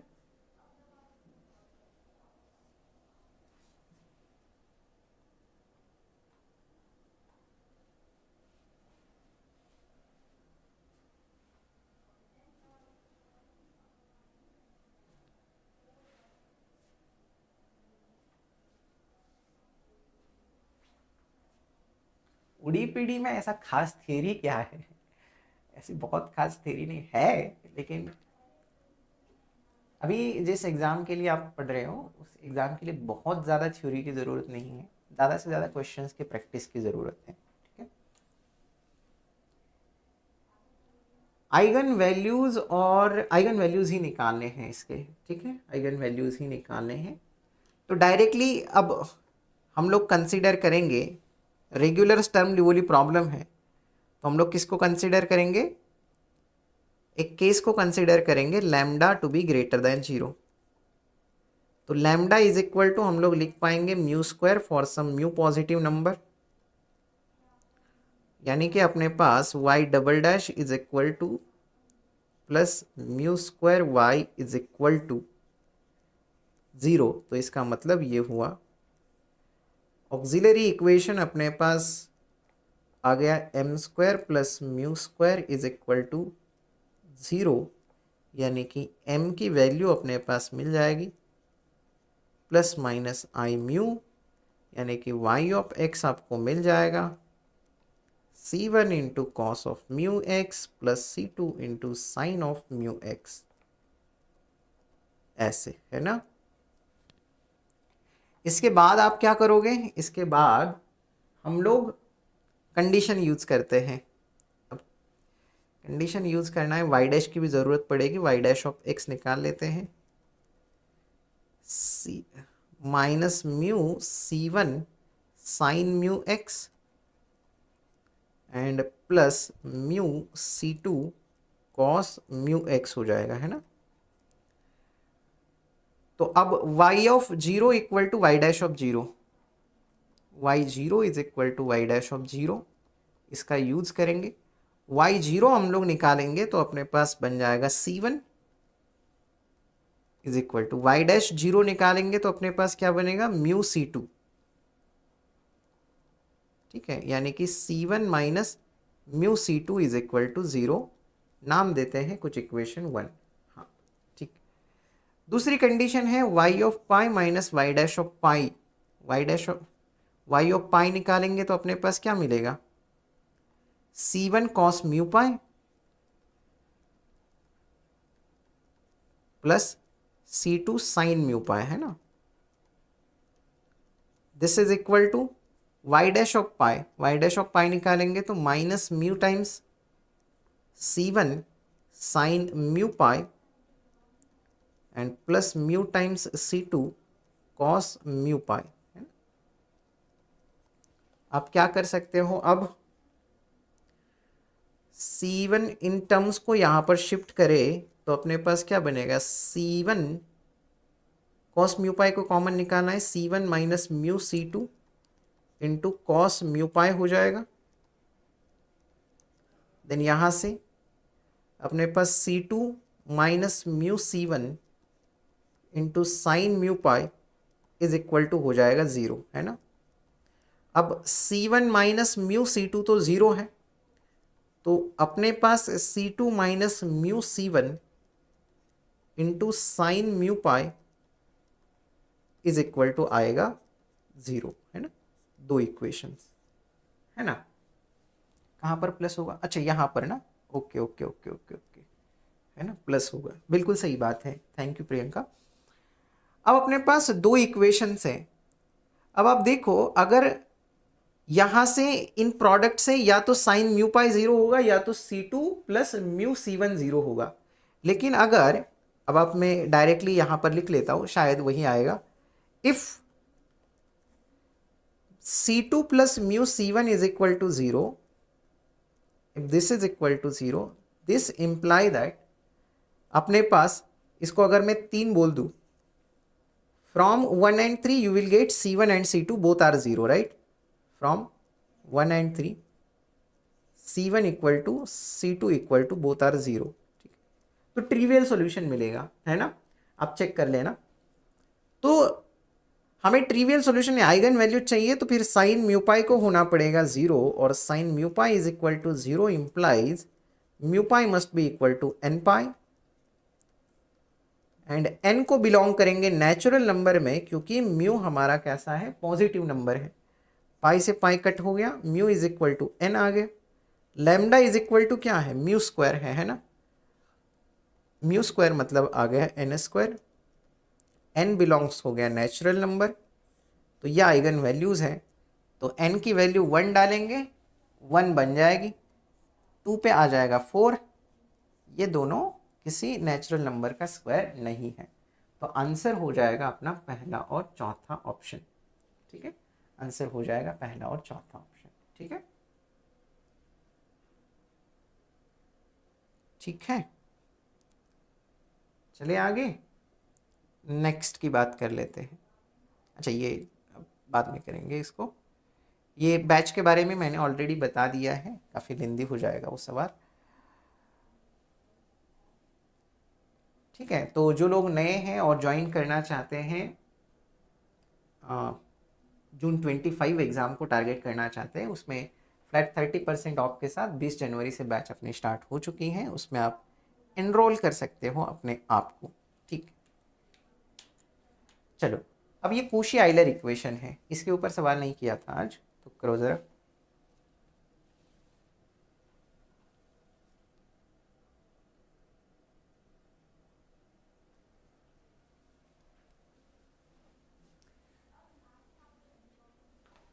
The boundary value problem x square y double dash minus 2x y dash plus 2y is equal to 0.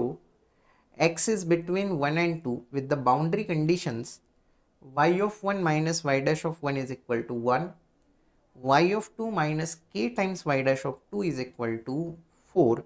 The problem asks to find the value of k rounded off 2 decimal places for which the problem has infinitely many distinct solutions. तो किस case में अपने पास infinitely many distinct solutions मिलेंगे, ये हमें बताना है यहां पर।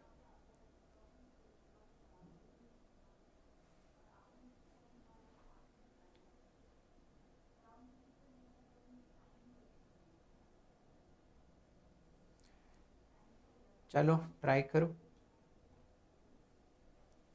कोशी आइलर इक्वेशन है, डायरेक्टली ऑक्सिलरी इक्वेशन लिखना आप जानते होंगे, है ना।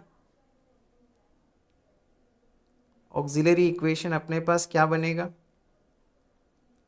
That will be m square minus a minus 1, अब -2 -1 -3 हो जाएगा, है ना, -3m plus 2 is equal to 0। दो रूट्स आपको मिलेंगे, sum should be 3, product should be 2, 2 और 1 दो रूट्स मिलेंगे, तो जो जनरल सॉल्यूशन आपको मिल जाएगा, that general solution will be y of x is equal to c1 into x square plus c2 into x. ये जनरल सॉल्यूशन हो गया। अब हम लोग y ऑफ 1 माइनस, अब y डैश की भी ज़रूरत है, y dash is equal to बन जाएगा 2c1x प्लस c2। कंडीशन है y of 1 minus y dash of 1 is 1 minus y dash of 1 is equal to 1। This will imply that y of 1 अपने पास c1 plus c2 minus y dash of 1 अपने पास 2c1 plus c2, this is equal to 1। c2 से c2 cut गया, c1 minus 2c1 minus c1 is equal to 1, c1 की value आ गई -1, है ना। सो देन अपने पास क्या है, y of 2 minus k times y dash of 2, k times y dash of 2 is equal to 4 होना चाहिए, ऐसा ही कहना है। हाँ, तो y ऑफ 2 अपने पास 4c1 plus 2c2 minus k times y dash of 2, y dash of 2 अपने पास क्या बनेगा 4c1 then plus c2, this is equal to 4 आना चाहिए।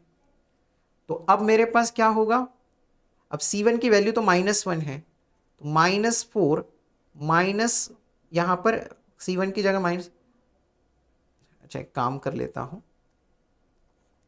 ठीक है चलो कोई बात नहीं, -4 यहाँ पर माइनस माइनस प्लस हो जाएगा, प्लस 4k, ठीक है, प्लस 4k, देन यहाँ पर 2 minus k into c2, this is equal to 4 आना चाहिए, है ना, दिस इज इक्वल टू 4 आना चाहिए। अब यहाँ पर 4 को अगर मैं क्या कर सकते हैं, अब हम क्या कर सकते हैं, k की वैल्यू 2 होगी तो k की वैल्यू 2 होनी चाहिए, है ना। अब आप देखिए जरा, if k is equal to 2, k की वैल्यू अगर 2 होती है तो क्या बनेगा, अपने पास ये वाला क्या बनेगा, 8 माइनस 4 4 हो जाएगा, प्लस 2 माइनस 2 यहाँ पर आ जाएगा, 2 minus 2 into c2 is equal to 4।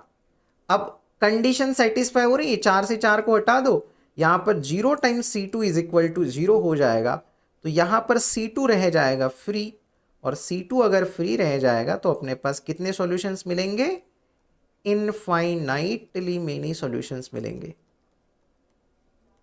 Infinitely many solutions, है ना, इनफाइनाइटली मेनी सॉल्यूशंस हमें मिल जाएंगे इस केस में। सो के की वैल्यू अपने पास क्या होनी चाहिए, 2 होनी चाहिए, के की वैल्यू 2 होनी चाहिए, right, then we will get infinitely many solutions. ठीक है, एक और सवाल करते हैं, है ना,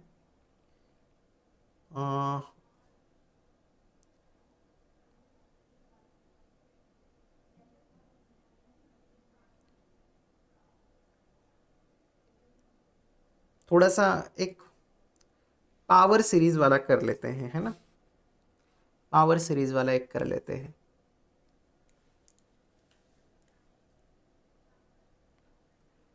ये आखिरी सवाल होगा अपना, ठीक है, this will be the last question, this will be the last question. अब आप लोग भी थक गए होंगे शायद, मैं भी अब थक गया हूं। So y is equal to summation a k x raised to k is the power series solution of this differential equation, then a4 upon a0 निकालना है। ठीक है, ट्राई करोगे, इसे ट्राई करोगे, ठीक है, ट्राई करोगे, इसका आंसर कमेंट में करोगे, ठीक है, कुछ नहीं, आपको सिंपली इसको उठाकर इसमें डालना है, ठीक है, और कोएफिशिएंट्स कंपेयर करने हैं, ठीक है, कोएफिशिएंट्स कंपेयर करने हैं, इसको उठाकर इसमें डालना है, ठीक है। चलिए फिर आज के लिए इतना सफिशिएंट है, मिलते हैं शाम को एग्जाम मैपिंग सीरीज में, और वहाँ पर हम लोग और क्वेश्चंस डिस्कस करेंगे, ठीक है। So with this we will stop here. I hope आप लोगों ने सेशन को एंजॉय किया होगा। आप सभी स्टूडेंट्स को और थोड़ा सा अगर हम लोग बता दें तो IFS का जो फ्री ऐप है, अगर आपके पास नहीं है तो ज़रूर आप डाउनलोड कर लीजिएगा, गूगल प्ले स्टोर से आप डाउनलोड कर सकते हैं, जिसके अंदर सारे PYQs, नेट के, गेट के, सबके PYQs आपको मिल जाएंगे। देन आपको सारे एग्ज़ाम से रिलेटेड इन्फॉर्मेशन वहाँ पर मिलेगी, कई सारे प्रैक्टिस करने के लिए टेस्ट भी हैं, आप उसको देख सकते हो। जो JRF एक्सप्रेस अपने ये 2-3 वीक से चल रही थी, अगर किसी ने अटेम्प्ट नहीं करी है तो आप उसको भी देख सकते हो, उसके लेक्चर्स और PDFs दोनों वहाँ पर आपको मिल जाएंगे, ठीक है। So thank you so much and happy learning.